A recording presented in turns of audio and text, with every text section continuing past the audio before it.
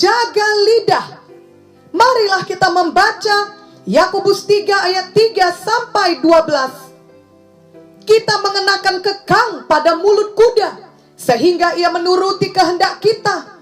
Dengan jalan demikian, kita dapat juga mengendalikan seluruh tubuhnya.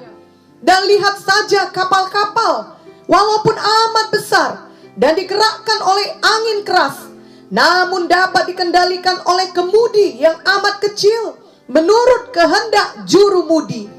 Demikian juga lidah, walaupun suatu anggota kecil dari tubuh, namun dapat memegahkan perkara-perkara yang besar. Lihatlah betapapun kecilnya api, ia dapat membakar hutan yang besar. Lidah pun adalah api. Ia merupakan suatu dunia kejahatan dan mengambil tempat di antara anggota-anggota tubuh kita sebagai sesuatu yang dapat menodai seluruh tubuh dan menyalakan roda kehidupan kita, sedang ia sendiri dinyalakan oleh api neraka. Semua jenis binatang liar, burung-burung, serta binatang-binatang menjalar dan binatang-binatang laut dapat dijinakkan dan telah dijinakkan oleh sifat manusia. Tetapi tidak seorang pun yang berkuasa menjinakkan lidah. Ia adalah sesuatu yang buas, yang tak terkuasai, dan penuh racun yang mematikan. Dengan lidah kita memuji Tuhan Bapa kita, dan dengan lidah kita mengutuk manusia yang diciptakan menurut rupa Allah. Dari mulut yang satu keluar berkat dan kutuk. Hal ini, saudara-saudaraku, tidak boleh demikian terjadi. Adakah sumber memancarkan air tawar dan air pahit dari mata air yang sama? Saudara-saudaraku, adakah pohon ara dapat menghasilkan buah zaitun? Dan adakah pokok anggur dapat menghasilkan buah ara? Demikian juga mata air asin tidak dapat mengeluarkan air tawar. Bila kita membaca ayat 3 sampai dengan ayat 8, kita melihat bahwa lidah kita atau perkataan kita diumpamakan di sini seperti kekang di mulut kuda, kemudi dalam kapal yang besar, juga merupakan api yang dapat membakar hutan yang besar. Lidah juga diumpamakan seperti binatang buas yang tidak dapat dikuasai. Padahal umumnya binatang-binatang liar sekalipun dapat dijinakkan. Misalnya binatang-binatang yang ada di dalam suatu sirkus. Selain itu, lidah juga digambarkan sebagai hal yang penuh racun yang mematikan. Semua ini biarlah membuat kita semakin menyadari betapa perlunya masing-masing kita menjaga lidah kita. Hal ini tidak akan terjadi dengan sendirinya, melainkan setiap hari kita harus memilih dan melatih diri untuk benar-benar menjaga lidah kita tersebut. Kita tahu bahwa kekang pada mulut kuda menyebabkan kuda itu dapat dikendalikan. Kalau tidak ada kekang pada lidah kita, maka lidah kita tidak dapat dikendalikan, sehingga dapat mencelakai orang lain. Seperti halnya kuda yang tidak dapat dikendalikan dapat mencelakai orang. Demikian juga lidah dapat diumpamakan sebagai kemudi yang kecil dalam kapal yang besar, yang dapat membawa kapal itu kepada tujuan yang aman, atau mengarahkannya kepada batu-batu karang sehingga kapal itu dapat hancur berantakan. Kita juga harus menjaga lidah kita sehingga hidup kita dikemudikan kepada tujuan Tuhan dan bukan kepada tujuan yang berbahaya. Lidah juga dikatakan seperti api yang kelihatannya kecil, tapi dapat membakar hutan yang besar dan menghancurkan segalanya. Demikian lidah seseorang dapat berkata sembarangan, yakni perkataan dosa yang akhirnya dapat membawa orang tersebut kepada api neraka. Selanjutnya dikatakan lidah juga seperti binatang buas yang tidak dapat dijinakkan, sehingga tidak dapat dikuasai, Dan perkataan yang keluar dari lidah itu merupakan racun yang mematikan. Dari contoh-contoh perumpamaan di atas, kita dapat mengambil kesimpulan bahwa kita harus sangat berhati-hati dengan lidah kita, yakni dengan apa yang kita ucapkan. Dengan perkataan lain, kita harus sungguh-sungguh menjaga lidah kita. Amsal 18 ayat 21 berkata, hidup dan mati dikuasai lidah. Siapa suka menggemakannya akan memakan buahnya. Biarlah perkataan yang keluar dari mulut kita selalu perkataan kehidupan dan tidak pernah perkataan yang membawa kematian. Maksudnya adalah perkataan kita selalu membawa kehidupan dalam hal rohani, dalam hal badani, dalam hal berkat-berkat di dunia ini, dalam hal hubungan-hubungan antar manusia. Jadi dalam semua aspek kehidupan kita, kita harus dapat menguasai lidah kita untuk selalu mengeluarkan perkataan kehidupan. Firman Tuhan jelas sekali memperingatkan kita untuk berhati-hati dengan lidah kita atau perkataan kita. Amsal 10 ayat 19 berkata, di dalam banyak bicara pasti ada pelanggaran, tetapi siapa yang menahan bibirnya berakal budi. Juga Yakobus 1 ayat 19 berkata, hai saudara-saudara yang kukasihi, ingatlah hal ini. Setiap orang hendaklah cepat untuk mendengar, tetapi lambat untuk berkata-kata, dan juga lambat untuk marah. Mengapa kita diajari untuk lambat berkata-kata atau untuk sedikit berbicara? Tentunya karena kita semua adalah manusia yang masih harus belajar menyangkal diri setiap hari. Sebab tidak ada kita yang sempurna. Masih ada bagian hati kita yang perlu dibaharui. Di dalam diri setiap manusia selalu ada kecenderungan untuk berjalan dalam kehendak daging, yakni bersikap egois, mementingkan diri sendiri, sombong, pemarah, pendendam, keinginan untuk bergunjing, memfitnah, berbohong, menghancurkan reputasi orang lain, memanfaatkan orang lain, dan lain sebagainya. Jika kita tidak menyangkal diri dalam hal mengeluarkan perkataan kita, maka perkataan kita yang egois, sombong, dan lain sebagainya itu akan menyebabkan kerusakan dalam pikiran orang lain, bahkan dalam hidup orang itu.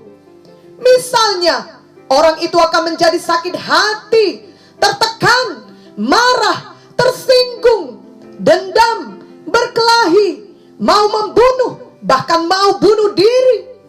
Tetapi jika kita dapat menahan lidah kita dan hanya mengeluarkan perkataan dari hati kita yang baik, maka kita dapat meminimalisasi atau mencegah perkataan-perkataan yang merusak hati dan pikiran orang lain. Tentunya selain lambat berkata-kata, kita perlu membaharui selalu pikiran kita tiap-tiap hari sesuai dengan firman Tuhan, sehingga apapun yang keluar dari hati kita selalu perkataan kehidupan dan memberkati orang lain. Tanpa firman Tuhan di dalam hati kita, maka tidak mungkin keluar perkataan kehidupan dari lidah kita. Untuk itu kenakanlah manusia baru selalu, sebagaimana tertulis dalam Efesus 4 ayat 29. Janganlah ada perkataan kotor keluar dari mulutmu, tetapi pakailah perkataan yang baik untuk membangun di mana perlu, supaya mereka yang mendengarnya beroleh kasih karunia.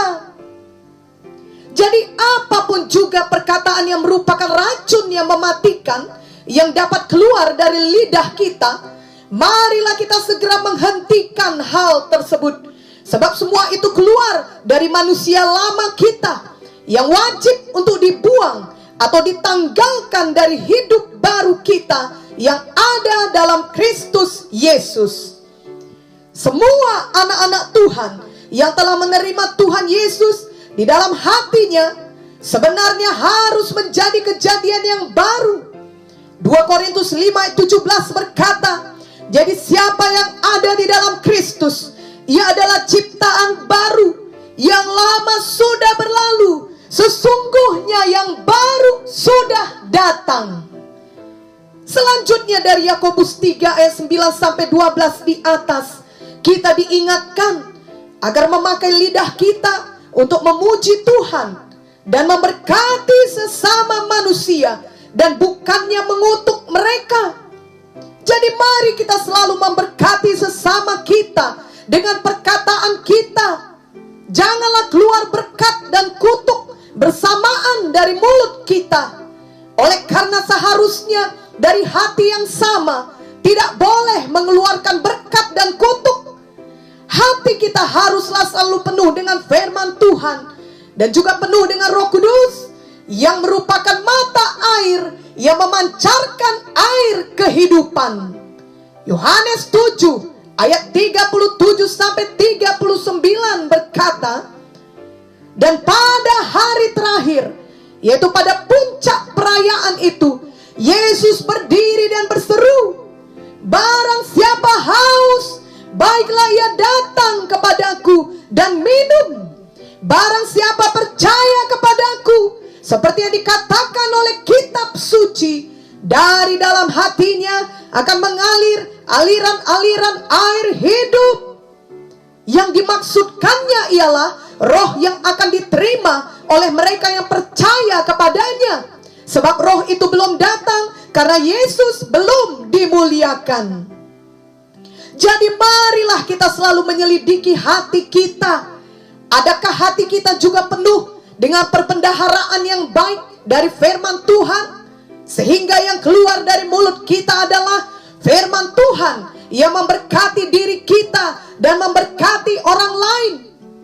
Jika perkataan yang keluar dari mulut kita adalah perkataan firman Tuhan, maka itu juga berarti kita selalu mengeluarkan perkataan iman, sehingga tidak ada yang mustahil bagi kita yang percaya, dan tidak ada yang mustahil bagi orang-orang yang mendengarkan perkataan iman yang kita sampaikan jika ia percaya.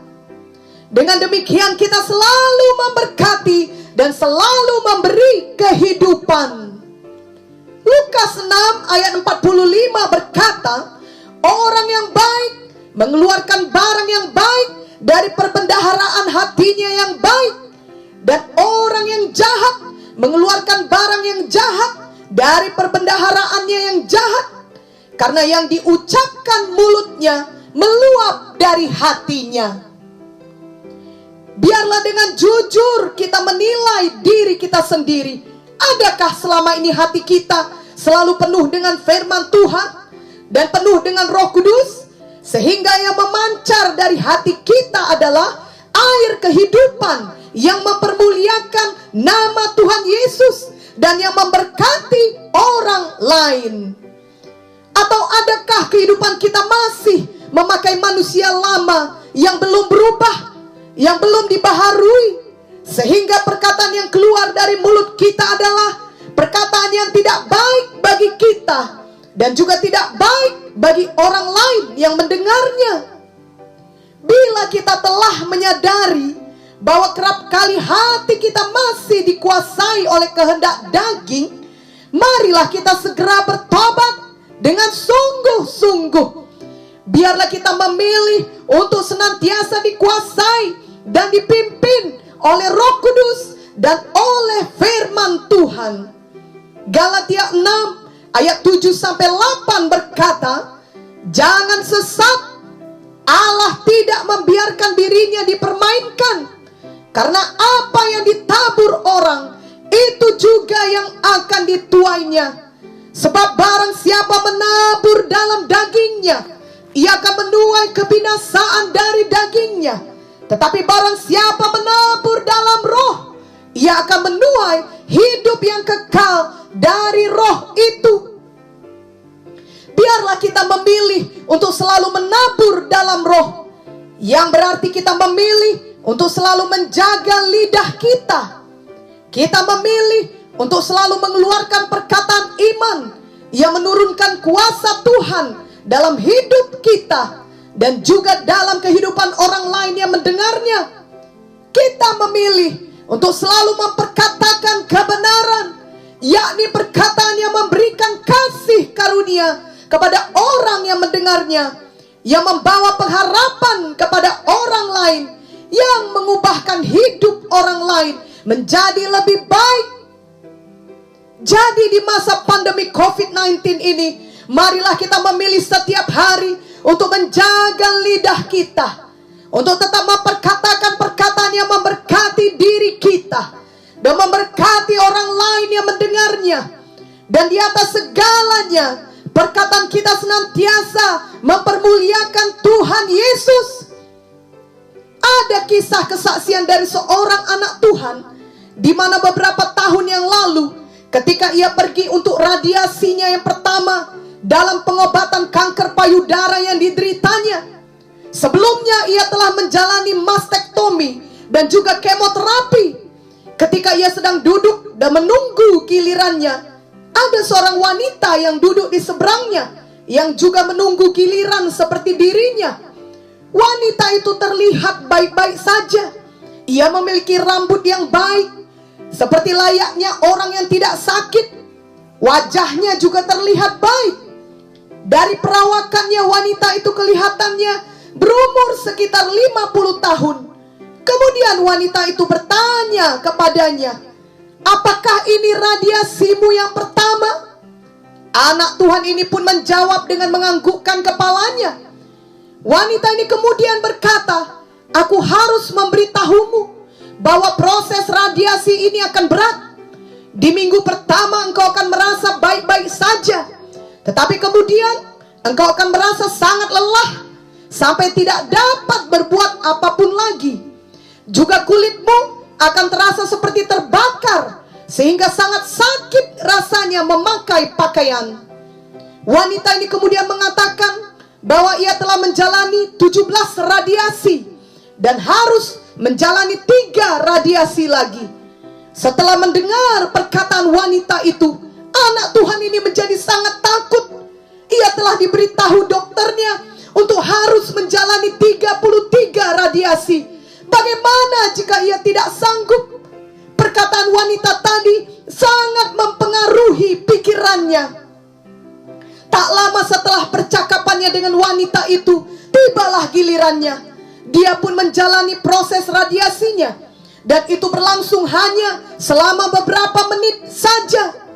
Esok harinya ia pun datang lagi untuk menjalani hal yang sama. Namun kali ini saat ia duduk menunggu gilirannya dipanggil, di seberangnya duduk seorang wanita lain. Wanita ini kelihatannya sangat lemah. Ia tidak lagi memiliki rambut. Tubuhnya sangat kurus. Ia kelihatannya begitu sakit. Dan anak Tuhan ini menerka bahwa umurnya berkisar 70 tahun. Ketika wanita ini melihatnya, wanita ini tersenyum dan menyapanya. Lalu wanita ini bertanya, "Sudah berapa kali engkau menjalani radiasi?" Anak Tuhan ini menjawab, "1 kali." Wanita ini lalu melambaikan tangannya sambil berkata lagi, "Sayang, engkau tidak perlu khawatir akan radiasi yang harus engkau jalani. Hari ini adalah radiasiku yang ke-33. Bila dibandingkan dengan semua operasi dan kemoterapi yang sudah kita jalani, itu lebih berat dibandingkan dengan radiasi ini. Jadi engkau tidak perlu khawatir." Perkataan wanita kedua yang ditemuinya di ruang tunggu ini membuat anak Tuhan ini merasa sangat lega. Tadinya ia begitu ketakutan setelah mendengar perkataan wanita yang pertama, tetapi sekarang ia merasa sukacita dan merasa begitu lega. Begitu leganya ia sampai hampir meneteskan air mata. Ia jadi memiliki kekuatan untuk menghadapi radiasinya di waktu-waktu yang akan datang. Ia pun pun berbicara lebih lanjut dengan wanita ini sambil menunggu gilirannya. Dari percakapannya itu, ia tahu bahwa wanita ini sudah berjuang melawan penyakit kanker selama beberapa tahun. Ia sudah dirawat berulang kali di rumah sakit dan menjalani banyak jenis pengobatan. Namun anak Tuhan ini melihat betapa berbedanya ia dengan wanita pertama yang dijumpainya. Wanita yang pertama memberikan perkataan yang membawa ketakutan ke dalam hatinya. Wanita yang kedua ini membawa kekuatan, bahkan sukacita ke dalam hatinya. Sebenarnya dari perawakan tubuh yang tampak, wanita yang kedua ini kelihatannya jauh lebih lemah dan lebih menderita dibandingkan wanita pertama. Tetapi dalam penderitaannya itu, ia tetap mampu mengeluarkan perkataan kehidupan yang memberkati dan menolong orang lain yang mendengarnya. Kira-kira setahun kemudian dari pertemuannya dengan wanita yang kedua yang mengeluarkan perkataan yang baik itu, barulah anak Tuhan ini menyadari betapa perlunya memilih untuk menjaga hati dan menjaga lidah seperti teladan wanita tersebut. Karena kira-kira setahun kemudian ia sampai kepada radiasinya yang ke-33 seperti yang dialami wanita tersebut. Dan ia mengalami apa yang dikatakan oleh wanita yang pertama itu adalah benar.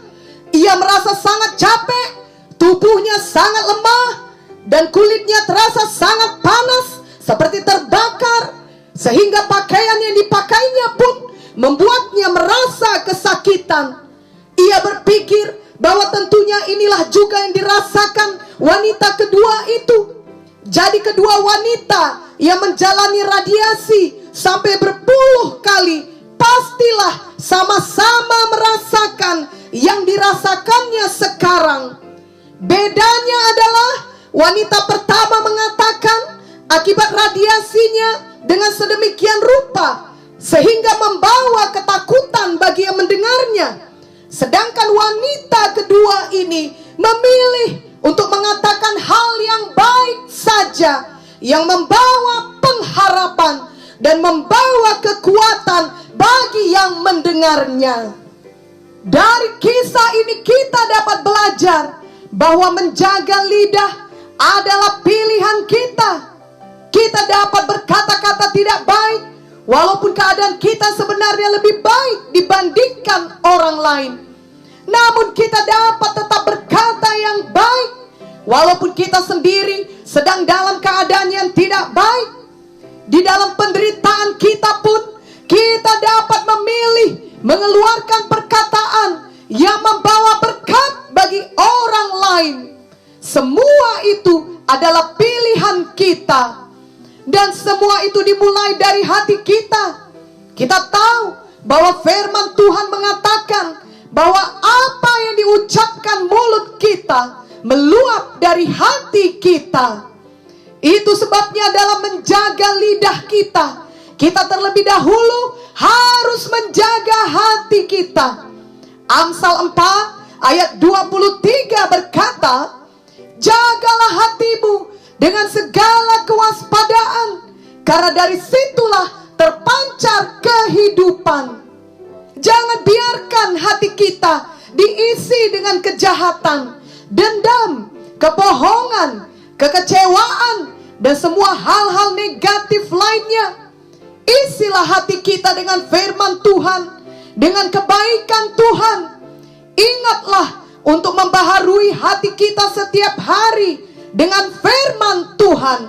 Maka perkataan yang keluar dari lidah kita adalah juga perkataan yang membawa kehidupan. Dengan demikian, biarlah kehidupan kita selalu menjadi terang dan garam dalam dunia ini. Janganlah sampai oleh karena perkataan yang keluar dari mulut kita, kita tidak dapat lagi menjadi terang dan garam bagi dunia ini. Janganlah kita mengeluarkan perkataan yang kasar, yang menyakiti hati, apalagi perkataan-perkataan dusta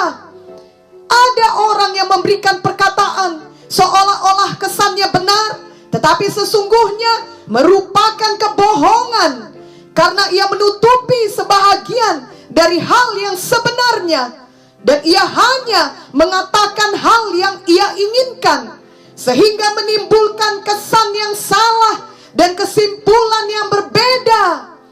Bahkan dalam mengucapkan hal yang benar sekalipun, hati kita harus benar juga, agar kita mengucapkannya untuk memberkati orang lain dan bukan meruntuhkan iman atau menyakiti orang lain. Kadangkala walaupun suatu perkara merupakan hal yang benar, bukan berarti hal tersebut perlu diucapkan pada saat itu. Sama seperti kisah di atas, di mana hal yang diucapkan wanita pertama itu adalah hal yang benar, namun tidak membawa kehidupan. Kita harus belajar mengucapkan hal yang benar di saat yang tepat pula. Efesus 4 ayat 29 berkata, janganlah ada perkataan kotor keluar dari mulutmu, tetapi pakailah perkataan yang baik untuk membangun di mana perlu, supaya mereka yang mendengarnya beroleh kasih karunia. Dan Amsal 25 ayat 11 menuliskan, perkataan yang diucapkan tepat pada waktunya adalah seperti buah apel emas di pinggan perak. Biarlah kita selalu dipimpin Roh Kudus untuk mengeluarkan perkataan yang benar dan tepat pada waktunya, sehingga orang lain yang mendengarnya beroleh kasih karunia. Dengan demikian kita menjadi terang dan garam yang asin. Matius 5 ayat 13-16 berkata, kamu adalah garam dunia. Jika garam itu menjadi tawar, dengan apakah ia diasinkan? Tidak ada lagi gunanya selain dibuang dan diinjak orang. Kamu adalah terang dunia. Kota yang terletak di atas gunung tidak mungkin tersembunyi. Lagi pula orang tidak menyalakan pelita lalu meletakkannya di bawah gantang, melainkan di atas kaki dian, sehingga menerangi semua orang di dalam rumah itu. Demikianlah hendaknya terangmu bercahaya di depan orang, supaya mereka melihat perbuatanmu yang baik dan memuliakan Bapamu yang di sorga. Marilah kita menjadi terang dan garam bagi dunia ini dengan perkataan kita yang selalu membawa kehidupan dan kasih karunia. Tentunya semua kita pasti mengalami saat di mana kita merasakan kesedihan, apalagi jika kita baru kehilangan orang yang sangat kita kasihi. Mungkin kita juga mengalami persoalan atau penyakit yang sangat parah, bahkan mungkin mirip seperti yang dialami wanita di dalam kisah di atas. Kerap kali dibutuhkan waktu dan proses untuk keluar dari keadaan kita tersebut. Ingatlah bahwa dalam proses dan waktu yang menyakitkan itu, Tuhan Yesus tidak pernah meninggalkan kita sendirian. Ada Roh Kudus yang senantiasa menghibur kita. Ada firman Tuhan yang memberikan iman dan kekuatan kepada kita. Ada kasih karunia Tuhan bagi kita yang memampukan kita untuk menghadapi semuanya dan membuat kita keluar sebagai pemenang. Itulah jaminan kita. Dan sesungguhnya ketika kita sudah keluar dari satu masalah atau dari suatu kesedihan dengan kemenangan, maka di masa yang akan datang, selama kita masih hidup, akan ada masalah lain dan kesulitan lain yang harus kita hadapi. Marilah kita memilih untuk tetap mengeluarkan perkataan yang baik walaupun kita masih di dalam masalah. Apalagi jika kita sudah keluar dari suatu masalah, biarlah kita menjaga lidah kita untuk selalu mengeluarkan perkataan kehidupan yang memberkati diri kita dan memberkati setiap orang yang mendengarnya. Biarlah selama kita masih hidup, renungan hati kita dan ucapan lidah kita memuliakan Tuhan. Mazmur 104 ayat 33 sampai 34 berkata, aku hendak menyanyi bagi Tuhan selama aku hidup.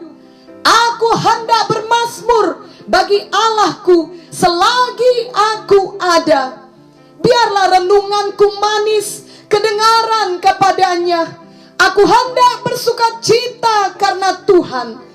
Dan Amsal 10 ayat 11a berkata, mulut orang benar adalah sumber kehidupan. Amin. Dan